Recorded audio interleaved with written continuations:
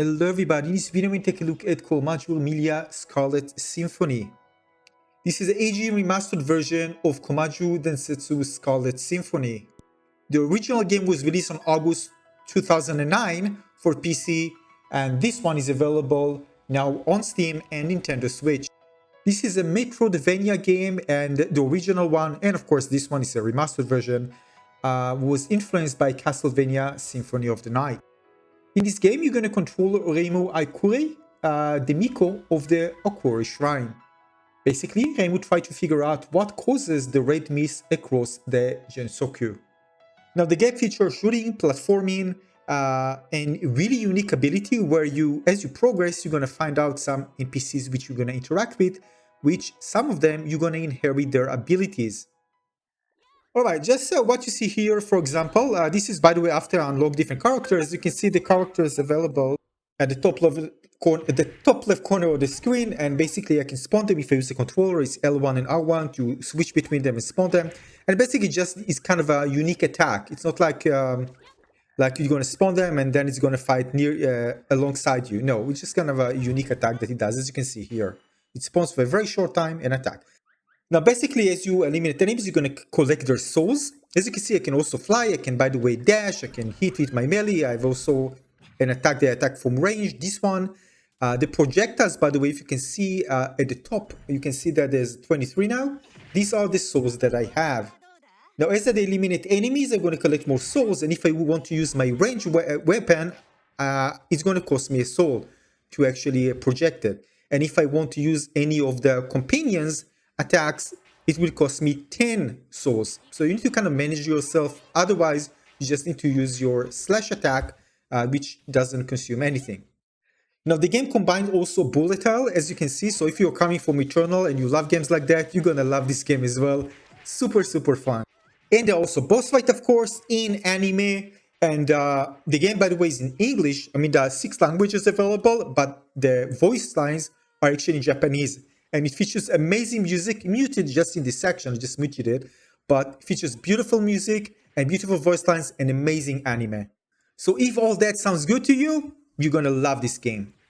Now keep in mind there are different difficulties. Even on normal, the game is hard. I'm saying right now, you have 3 lives, although you can find lives as you in the game, but basically you have 3 lives, and if you fail, you're gonna start from the very, very first beginning.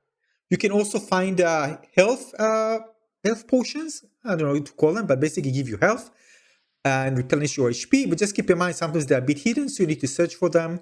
But it's very important because, again, only 3 lives. If you fail, you need to start from the beginning.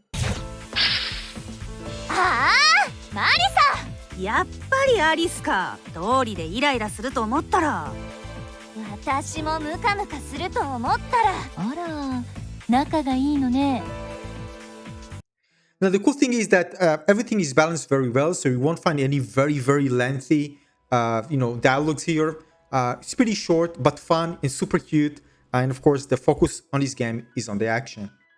Now, boss fight in this game was also a lot of fun. Just keep in mind that if you're having trouble and you see that it's hard for you, you can always dial try again and just dial the difficulty in. There's also difficulty which is very easy, which makes things much, much easier. If you're more into kind of probably new to shooters or action games in general, and you find it hard, you can just dial the difficulty down and it will be very, very easy for you in general. But if you want challenge, and I recommend that, try play on normal difficulty. It just will feel more satisfying when you finish bosses and just progressing. Now, there are different areas. Each one felt unique and interesting. And again, most of the time you're going to spend, by the way, I think the lengthy one is in the castle, but also a bit outside. But overall, each one felt unique, interesting. And again, depends on the difficulty. It can be very, very challenging. So you need to watch out. Some enemies can hit pretty hard. So you need to watch out from that.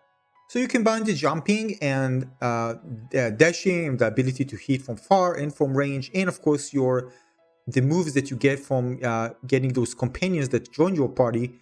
All of that together, you need to make sure you control it well, because again, some situation can be pretty tough. But it took me maybe I think like 10 minutes to get into the controls. The thing that I didn't like is that when I wanted to shoot the range one, when I'm actually floating, turn left, I couldn't do it. I need to land and then turn left. So that part was a bit annoying. Maybe I missed something. There is an option. I tried. It wasn't available. because then the combat when I'm mid-air just felt a bit less responsive for me. But that's about it. Otherwise, I really enjoy it. Now, after you finish each boss, basically you finish the level, you're gonna grab an orb, and it's gonna show you this screen, and you can see the time, souls that you have, life, no miss bonus, etc. Some stats about your run. You can also see at the top your current score and your high score as well. So if you want to kind of focus on trying to better your other runs, you can do that. Start again and try to beat your own high score. So again, because you can actually just fly, the game is kind of in some ways more forgiving, but there are some areas that the game was designed to actually kind of try to tackle you with that. And sometimes if you fly too high and try to skip many things, there's going to be an enemy that can hit you pretty hard. So if you try to really just fly away, especially at the beginning, and just avoid everything, the game can punish you for that. Now, I don't know if you watched my video, but when I was in Japan, I fell in love with anime. It didn't happen before actually. And I could spend like a whole day just being an animate, for example, in Osaka. And I love the design of the characters here. Look at Reimu, how cool she looks. It's beautiful. And the voice lines are actually amazing. So if you love anime, you're gonna love this game as well. It's just beautifully designed. And of course, it's focused on combat, but the anime part is really, really beautiful and well made. And even after you finish the game, you have this kind of an extra start. I think this is the extra content they also added to the game, which is really cool because you can come with all the unlockable characters that you have, and you have different enemies and some really cool stuff. So I think you really enjoy it if you want this extra challenge yourself. So I'm sure you're gonna enjoy it. I actually really enjoyed it. After I finished the game, when I got and have all the abilities and the different enemies, were actually really cool. So personally, I'm looking to another game in the franchise because it just looks so cool and just want more and more action, more stuff. And well, who knows, maybe we get something like that. So definitely there's something to do even after you finish the game, and you'll enjoy it a lot. Other than this, there's also the challenge where you can see the different challenges. So if you want to kind of finish everything, you're a completionist, you can see there are different things you can actually do. And you can see I cleared many things, but there are things that I haven't done just yet.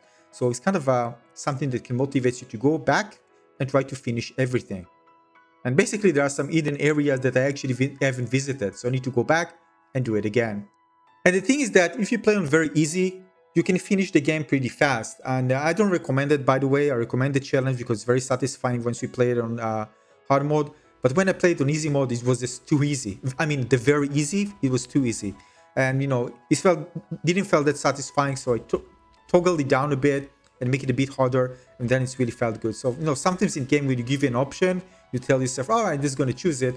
But again, part of the fun type of games that they are challenging, and but if you see that it's too hard, you can dial it down, practice a bit, and then try to beat it on hard. But overall, the game is absolutely fantastic. I really, really enjoy it. I really enjoy it. I actually was looking forward to play something different and new, and something that focused on the action, less of the on the cutscenes and all the stuff. I wanted action, but something that is also kind of a nice story, and especially with the anime, it's just beautiful and very well made. And I'm not surprised why this game was very popular back then and beloved by so many. So I hope you enjoyed this review. Again, I recommend getting the game. If you have any question, let me know in the comment section below. Thanks for watching, everybody. I see you on the next one. Also, have you subscribed yet? Press the bell button. Make sure to get notification because I'm covering really cool games, some of them early access, some pre-release. So make sure you know about them ahead of time, and I try to help you with your buying decisions. Thanks for watching, everybody. I'll see you on the next one. Cheers.